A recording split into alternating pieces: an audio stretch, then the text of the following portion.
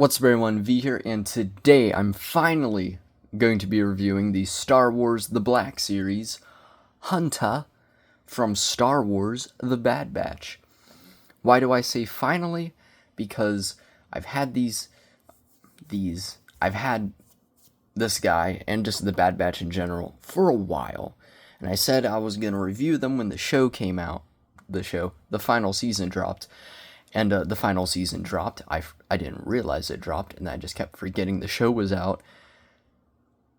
And then the show ended, and I still hadn't reviewed a single one. So yeah, but we're finally here. We're finally getting them out, because I finally watched the season. Spoiler alert, I'm just going to drop that right now. I'm going to be talking about the season. But yeah, I'm finally here reviewing it. Took us a minute because it's the figure from season 2. I think it's been out like a year and a half already. But yeah, here are my thoughts on The Bad Batch as a whole. Season 1, pretty solid. Like, good amount of, like, main plot with a bit of filler, but overall enjoyable. Season 2, way too much filler. I think the way they left things off left it in a way where it's like, there wasn't as strong of an overarching story, so there was a lot of filler. And I'm gonna be real, some of the filler episodes were bad. The one where they find that island, I forgot what it's called. I'm gonna be real, that honestly made me bored. I was kind of bored by that episode. It's the only time it's ever really happened. I kind of just predicted how that episode would go. And the ending of the season, them killing off. Not only Echo leaving the show, like they made him leave like he was some kind of like expensive voice actor, like The Rock playing Cliff Jumper in Transformers Prime, where you can only have him for a few episodes, and then killing off Tech. So they just got rid of my two favorite characters from the show. But then season 3 came along, and I absolutely loved it. Even the filler was enjoyable. I loved it all the way up until halfway through the finale. All of that was great, but that second half of the finale, I dislike. I disliked what they did. Because they had a lot of plot points that were built up that just didn't have as satisfying of a payoff. Because the entire show, not only the Bad Batch, but Rex is trying to find this this planet, and free the clones. So it's like, oh, it's going to build up to an insane clone uprising. Rex is going to come and lead the charge. But the clone uprising it felt more like, oh yeah, we got to remember to do that. Let's quickly have a scene where they encourage them and then never really go back to it, and they're just there to get shot at. Rex didn't appear at all, so his whole goal for the show out the window there. Then they built up that mysterious assassin guy. They made it seem like it was going to be like a reveal kind of character in the end. And that's the one time where I'd be like, I'm okay with them bringing a character back from the dead like Tech, because I want him to come back. And it'd be interesting psychology seeing him turned evil as well, with Crosshair finally turning good. And then it's just a nobody. And then Scorch, I've never played the games. I have no connection to those characters. But Scorch was like a prominent character. He showed up a lot throughout season 2 and especially season 3. So it seemed like they were going to build up to, like, in the finale he'd have like a showdown where like maybe him and Hunter have to fight each other, but it just ends with him getting shot 3 times and then dying in the span of 5 seconds. And I was like, that's so lame. Like, they're building up him like he'd be like some big threat, like, oh, they'd have like a decent fight scene. I wasn't even hoping for much. Like, give me like a 20-second fight scene between him and Hunter and then have him die. But no, it's just, oh, it's him, pew, pew, dead. That was it. So yeah, not to ramble on for like 5 minutes about the show, but I really need to get my thoughts out about the finale, because it irked me. It irked me to my core. I had problems with it. And I don't know how the rest of the community feels, because I dodged spoilers really well. But now I don't know how people feel, and I've heard a lot of people say they really like the finale and just the show as a whole, and I do like the show, and I did love season 3. It's just that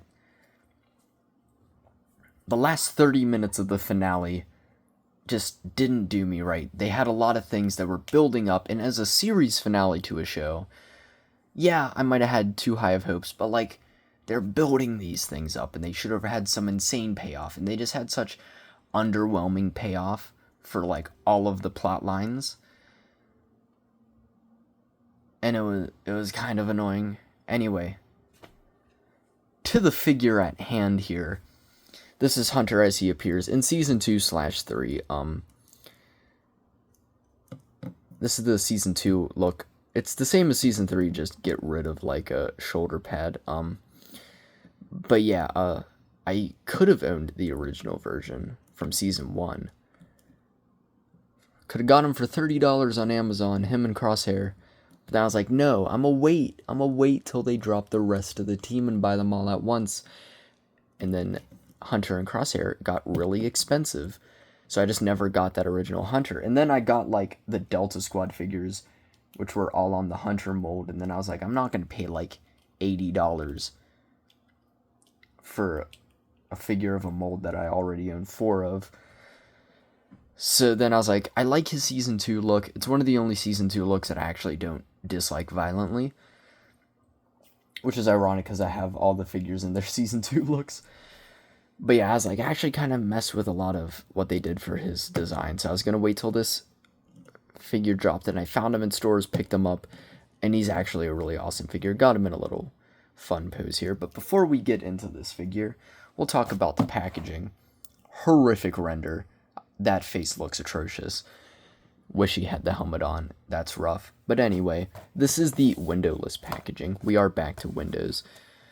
You got Star Wars The Bad Batch, Hunter, mercenary gear, Hasbro, warning. On the side, got a shot of the figure off his accessories. On the side, you got a really nice shot of Hunter. I really like that shot. That looks really good. Then on the back, that same shot, put the helmet on. That is not a good likeness. But anyway, Hunter, leader of the Bad Batch, is a strong and stoic warrior with extraordinarily keen senses that give him an edge when tracking down his targets. Yeah, that's it for the box. Bringing in Hunter. I'll try to stop that. It's fun doing the Omega accent. I really like this figure. Accessory-wise, he comes with not a whole lot, but this is the Black Series, and he comes with the essentials. He comes with 2 of these pistols. We've seen them dozens of times, and they just holster right in there, and surprisingly well for like the design. And he also comes with his little knife, which has some yellow painted on there, which looks cool. I believe this is also from the original figure, and you can just slide that in there, and it clips in nicely. And he does have, I guess, like the helmet and the backpack count as accessories, but I'm not really gonna, like, count those. But yeah, I honestly really like this figure, and I like his design. I just don't care for, like, the mixed-matched colors. I wish they kept the black undersuits, but, like, his isn't as bad, because he has the same color undersuit throughout, as opposed to some people who they massacred. But yeah, I really like the design. I like the shoulder pads. I like their shape. I like the color. I like his little, like, scarf thing he has here. I like his holster. Kind of wish he had the armor down here as well, and wish this was black to, like, match this. But, like, the wraps are cool. This is the only one that they didn't really butcher the design of. But yeah, I really like it. I like the orange. They kind of made him look oddly cooler and oddly more Rambo, which didn't even think was possible. Because, not to bring in a certain mentioned name, but here is what that original Hunter mold looked like. So yeah, oddly, like, they changed him up a lot. I think he's probably the one that got the design changed the most out of all of the batch. Because Echo and Tech are just the same design, just recolored. But yeah, and I honestly really like the design. What I don't really like, though, is this head sculpt. This is not the best. Yeah, you can very much see the Rambo look. I don't think they got Tamora Morrison down too well with this head sculpt. Like, I don't really think it's the best, but the tattooed face does look really cool. He got a little bandana with a skull there. But just, it's not the best. I'd give it like maybe a 60% Tamora Morrison. But you could pass it off as like, oh, it's because he's mutated. He's part of the Bad Batch. Even though he's supposed to just look like a normal clone. Yeah, he's got his little mullet going on there. But yeah, putting the helmet on, because really like the look of this helmet. That looks really cool. Love the orange. Love how they kind of tried to emulate the, like, art style a bit with the little, like, white, or, like, bluish, light blue maybe, like, splatters throughout the armor. But that looks really good. I love how that looks. And the scarf is a rubbery piece. And you can remove it, because I think in Season 3 he doesn't have it. So you can remove it, get the more Season 3 look. You'd also have to remove this, but then he has a different shoulder pad. And it still looks cool. But honestly, they did kind of they kind of cooked with the little, like, scarf thingy here, because that actually looks really cool. But yeah, and then you got his, like, normal armor down here with a bit of the orange striping and more of that paint throughout. And then just a bunch of layers of whatever. I mean, he's got to be melting in this armor. Then his little backpack. Same as before, just a bit darker. And then you got some nice orange picked out. Love the shoulder pads. They are on the, like, the ring thing, like the Stormtrooper and the newer clone mold is. And you got, like, the little wraps around, what just looks like normal clone armor. Really like that look. And then you also have that, like, knife sheath right there, which looks really nice. Then coming down to the legs, got this really cool, like, belt holster that goes all the way around. Definitely has, like, some Western vibes to it. And this piece is connected to it, which looks really nice. Got the knee pads. Sadly, they're glued to the top. Really like the look of this. I'm not the biggest fan of this one, which wish it wasn't asymmetrical. Along with this, most of it is just I wish they had more symmetry. Like, wish this was this color, these two were the same color, and that this leg was this armor. But it is what it is. Still looks pretty awesome. I honestly vibe with this look.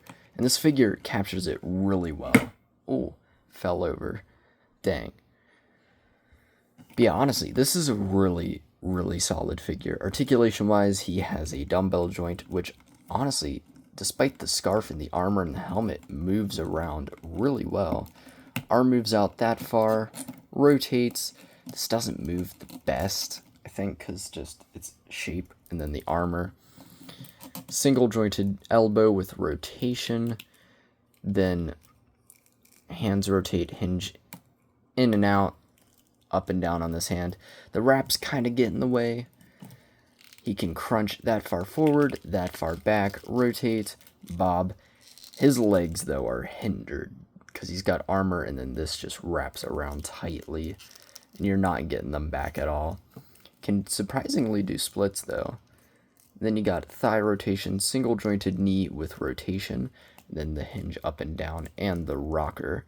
So he honestly has some pretty solid articulation, and he's just a really fun figure. Overall, I actually really like the guy. I like like his look. He just looks really cool. You know, he's just a cool looking guy. Anyway, comparison time. Here he is next to a Marvel Legends and a Transformers Voyager class, Moon Knight and Shockwave. And for a 7-inch scale comparison, here he is next to DC McFarlane Black Manta and Jazzwares Halo 3 Master Chief. And here he is next to just a normal clone. And next to Scorch again. And finally, let's put him with the batch. Getting them all over here. Here's Echo. See if I can get him to stand. Tech, my beloved, R.I.P. Crosshair.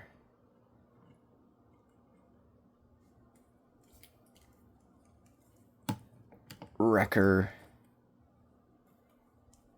And Omega. And honestly, seeing them together like that is really cool.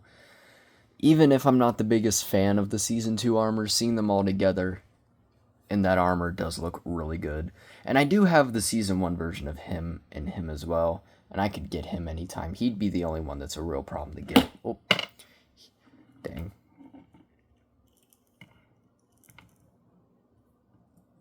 But yeah, and technically, when they have these looks, Crosshair rocks the Season 1 look.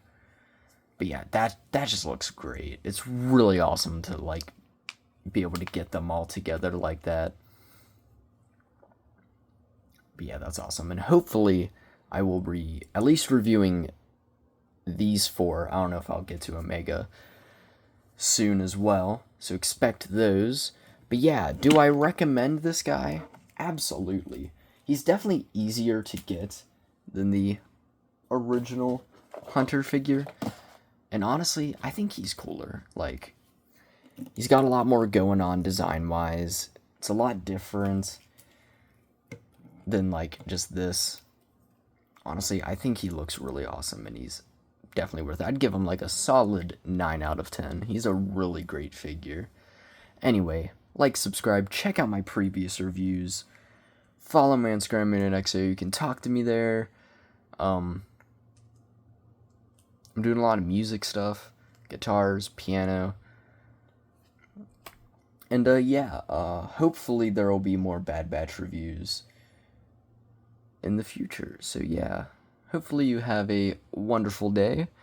And who knows, maybe one day you'll end up being a surrogate type of father for your younger sister who was getting hunted by the government for her blood to make clones of the leader, so that when he dies, he can be brought back just to die again.